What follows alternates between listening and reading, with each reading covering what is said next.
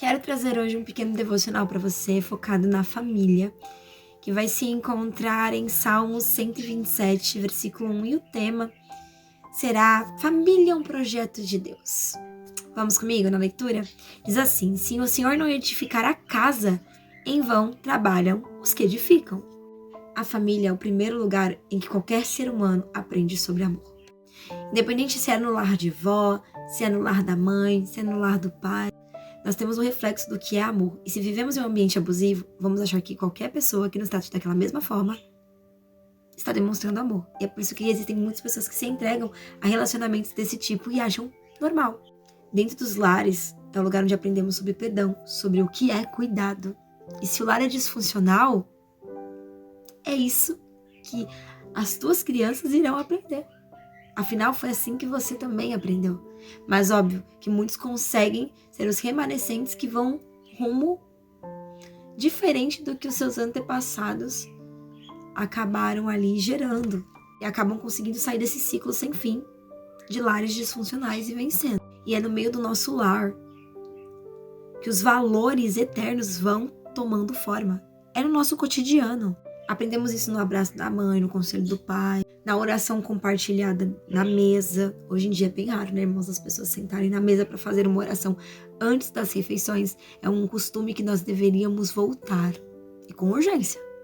E a verdade é que, independente da quantidade de esforços que você coloca diariamente para transformar o seu lar em um lar funcional e edificado, sem a presença de Deus, um lar não se sustém.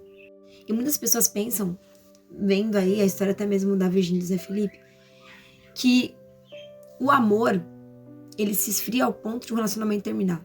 São milhares de pequenas coisas que fazem um casal, irmãos, não apenas traição, porque as pessoas focam muito nisso, que fazem um lar literalmente assolar, e não é falta de amor. Às vezes são opiniões que são diferentes, às vezes você não está no mesmo momento daquela pessoa, mas ainda existe um Deus de restauração, e eu acredito em um Deus que restaura. Eu acredito que em breve eles vão voltar. Eu não olho pra ele com um olhar de pessoas que vão se desencontrar na vida e vão seguir caminhos totalmente diferentes. Eu acredito que eles vão retornar, mas isso é a Juliana, irmãos, não tem nada a ver com Deus. Porque eu acredito em um Deus que cura.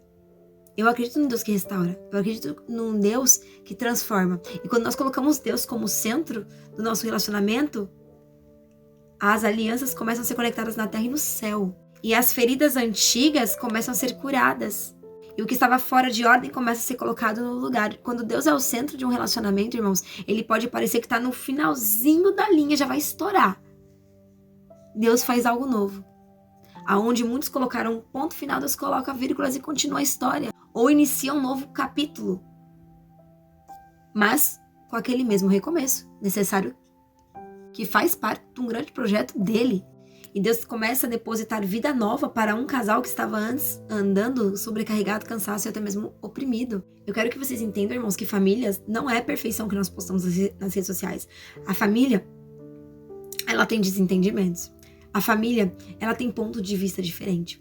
A família, ela nem sempre vai gostar da mesma cor. Mas não se trata das imperfeições também, se trata da presença que colocamos como um ápice, como centro da nossa vida. Quando colocamos Jesus como centro da nossa vida, temos uma vida literalmente baseada na nossa fé em Deus. Estou falando de um relacionamento que é buscado conosco e Deus. Não tem nada a ver de religião. Aprendemos o que é realmente lutar juntos pelo nosso amor. O que é chorar juntos, o que é crescer juntos.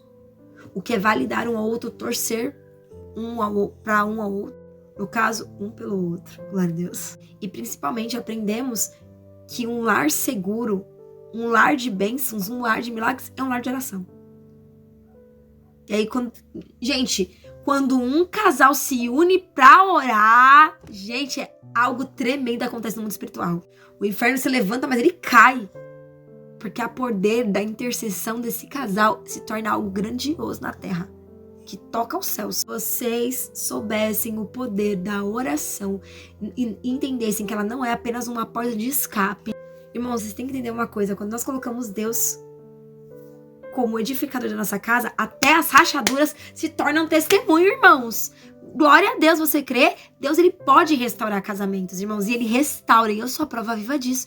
E aqui no nosso perfil tem milhares de testemunhos de pessoas que passaram por momentos de restauração, aonde Uma já estava morando lá do outro lado do mundo, o outro aqui no Brasil, e Deus fez o reboliço e ambos se reencontraram e Deus edificou a obra e começou a completá-la sobre a vida dos dois, trazendo aí um novo recomeço para essa história.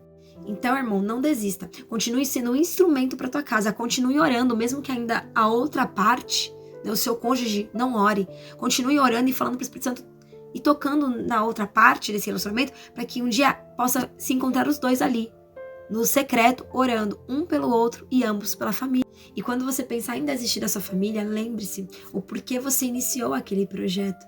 Comece a colocar na balança os pontos positivos, porque às vezes a gente olha tanto para o problema do agora e esquecemos de tudo que nós já passamos para chegar até ali. Família continua sendo um projeto de Deus, e quando nós estamos distante dele, literalmente o nosso lar não vai ser um lar tão funcional. Infelizmente. Mas quando temos Cristo e começamos a buscar para que Ele seja o centro, e não só buscar a Cristo no individual, mas também para que Ele seja o centro da nossa vida e o centro do nosso relacionamento, as coisas começam a ser colocadas em ordem.